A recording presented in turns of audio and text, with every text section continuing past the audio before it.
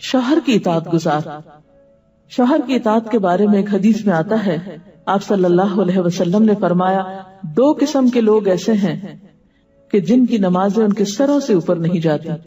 ایک وہ غلام جو اپنے آقا سے بھاگ جائے جب تک کہ واپس نہ آئے، اور دوسرے وہ بیوی جو اپنے شوہر کی نافرمانی کرے جب تک کہ نافرمانی سے باز نہ آ جائے. یہاں تک حکم ہے کہ بیوی شوہر کے معاملے میں کسی دوسرے کی بات نہ مانے. یعنی شادی کے بعد ایک عورت جب شوہر کے گھر چلی جاتی ہے تو پھر شوہر کا حق سب سے بڑا ہو جاتا ہے.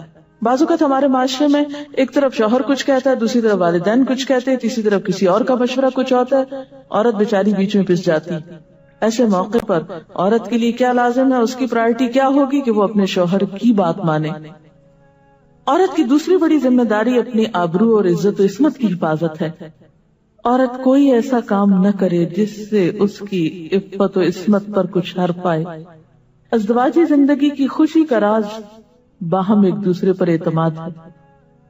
اگر کوئی بھی ایسا کام عورت کرتی ہے جس سے شوہر کے دل میں شک ہو جاتا ہے، اعتماد ختم ہو جاتا ہے، تو اس سے ازدواجی زندگی کی خوشیاں ختم ہو جاتی ہیں.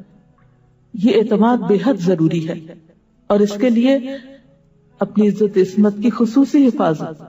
نبی صلی اللہ علیہ وسلم نے فرمایا، عورت جب 5 وقت کی نماز پڑھے، اپنی آبرو کی حفاظت کرے، اپنے شوہر کی فرما بردار رہے، تو وہ جنت کے جس دروازے سے چاہے داخل ہو جائے. اسی لیے شوہر کی اجازت اور مرضی کے بغیر گھر سے بھی نہیں نکلنا چاہیے. حضرت معاذ بن جبل کہتے ہیں کہ نبی صلی اللہ علیہ وسلم نے فرمایا، خدا پر ایمان رکھنے والی عورت کے لیے جائز نہیں کہ وہ اپنے شوہر کے گھر میں کسی ایسے کو آنے دے جس کا آنا شوہر کو پسند نہ ہو، اور ویسی صورت میں گھر سے نکلے جب اس کا نکلنا شوہر کو پسند نہ ہو. اطاعت کے علاوہ شوہر کو خوش رکھنا یہ بھی بے حد ضروری ہے.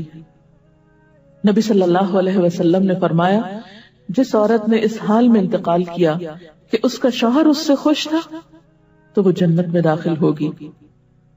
اور عموماً کسی کی خوشی کے لیے انسان اپنے جذبات کی قربانی دیتا ہے، بعض اوقات اپنی سوچ کی قربانی دیتا ہے، بعض اوقات اپنے کسی اور راحت و آرام کی قربانی دیتا ہے.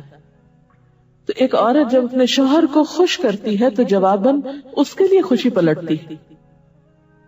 اس لیے گھریلو زندگی کی خوشی کا انحصار اسی بات پر ہے کہ دونوں ایک دوسرے کے لیے قربانی کے جذبات رکھتے ہوں، ایک دوسرے کے لیے رحمت اور ایک دوسرے کے لیے مودت کا ذریعہ ہوں. جیسا کہ قرآن پاک میں شادی کا مقصد یہ بتایا گیا کہ دونوں کے درمیان باہم مودت اور رحمت کے جذبات ہوں، ایک دوسرے کے لیے سکون کا باعث ہوں، تاکہ انسانی زندگی بہترین طریقے پر رواں دواں رہے. اسی طرح شوہر سے محبت کا اظہار کرنا، اس کے ساتھ وفادار رہنا، اس کا احسان ماننا، یہ بھی بے حد ضروری ہے. حضرت اسماء کہتی ہیں کہ ایک بار نبی صلی اللہ علیہ وسلم میرے پاس سے گزرے، میں اپنی سہیلیوں کے ساتھ تھی.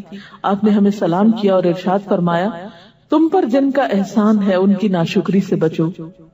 تم میں سے ایک اپنے ماں باپ کے گھر کافی دنوں تک بن بیاہی بیٹھی رہتی ہے، پھر اللہ تعالیٰ اس کو شوہر عطا کرتا ہے، اولاد دیتا ہے، اور ان سارے احسانات کے باوجود اگر کبھی کسی بات پہ شوہر سے ناراض ہوتی ہے تو کہہ اٹھتی ہے، میں نے تو کبھی تمہاری طرف سے کوئی بھلائی دیکھی ہی نہیں. یہ جملہ ناشکری کا جملہ ہے جو عورت کو نہیں بولنا چاہیے. قیامت کے دن اللہ تعالیٰ اس عورت کی طرف نظر رحمت اٹھا کر نہیں دیکھے گا جو شوہر کی ناشکری ہوگی. اور آخری بات یہ کہ عورت کے اوپر لازم ہے کہ وہ اپنے گھر بار، مال و اسباب اور اپنی ذمہ داریوں میں شوہر کی مددگار رہے، شوہر کی وفادار رہے. آپ صلی اللہ علیہ وسلم نے فرمایا، قریش کی عورتیں کتنی اچھی عورتیں ہیں جو بچوں پہ بہت مہربان اور شوہر کے گھر بار کی حفاظت کرنے والی ہیں. آپ صلی اللہ علیہ وسلم نے ایک اچھی عورت کی خوبیاں بیان کرتے ہوئے فرمایا، مومن کے لیے خوف خدا کے بعد سب سے مفید اور باعث خیر نعمت نیک بیوی ہے. نیک بیوی کون سی؟ اس کی کیا تعریف ہے کہ جب شوہر کوئی کام کہے تو خوشی سے کر دے، جب اس پہ نگاہ ڈالے تو اس کو خوش کر دے، اور جب اس کے بھروسے پہ قسم کھا بیٹھے تو قسم پوری کر دے، اور جب کہیں چلا جائے تو اس کے پیچھے اپنی عزت و آبرو کی حفاظت کرے، اور شوہر کے مال اور اسباب میں اس کی خیر خواہ رہے، اس کو ضائع نہ کرے. ایک اچھی بیوی کی خوبیاں آپ صلی اللہ علیہ وسلم نے بتائیں. اور پھر آخری چیز صفائی ستھرائی، سلیقہ، شوہر کے لیے زیب و زینت کا اہتمام. یہ چیزیں بھی ازدواجی زندگی میں خوبصورتی پیدا کرتی ہیں، اور اس کا بھی اہتمام جو ہے پھر ایک عبادت ہو جاتا ہے. لیکن ہمارا حال یہ ہے کہ جب ہمیں کہیں باہر جانا ہوتا ہے تو ہم بہت اہتمام کریں گے، لیکن شوہر کے لیے بطور خاص نیت کر کے اہتمام نہیں کریں. ہم یہ کہتے ہیں اس کو تو نظر ہی نہیں آتا، اس نے کبھی تعریف ہی نہیں کی، اس کو پتہ ہی نہیں میں نے کیا پہنا اور کیا نہیں پہنا، تو کس لیے پہنے.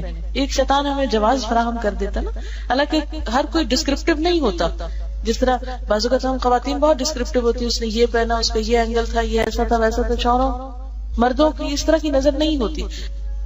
پھر ہم ان سے وہ ایکسپیکٹ کرتے ہیں جو ہم خود کر رہے ہوتے ہیں یا خود چاہتے ہیں، وہ اس میں پورے نہیں اترتے تو ہمارے اسٹینڈرڈ سے گر جاتے ہیں. تو اس سے یہ ہے کہ ان کی اور بھلائیاں یاد رکھ کے اگر اس طرح کی کوئی کمی کوتاہی ہو جائے تو اسے اگنور کر دینا چاہیے، اور ان کے لیے بھی بطور خاص اہتمام کرنا چاہیے. اتیتھی کے مثلا اس جگہ پر ہم بیٹھے ہوئے ہیں، اس جگہ کو خوشگوار بہت سی چیزوں نے ملا کے بنایا. سب لوگوں کا اکٹھا ہونا ایک خوشی کا باعث ہے. یہ پھول رکھے ہوئے، یہ روشنی ہے.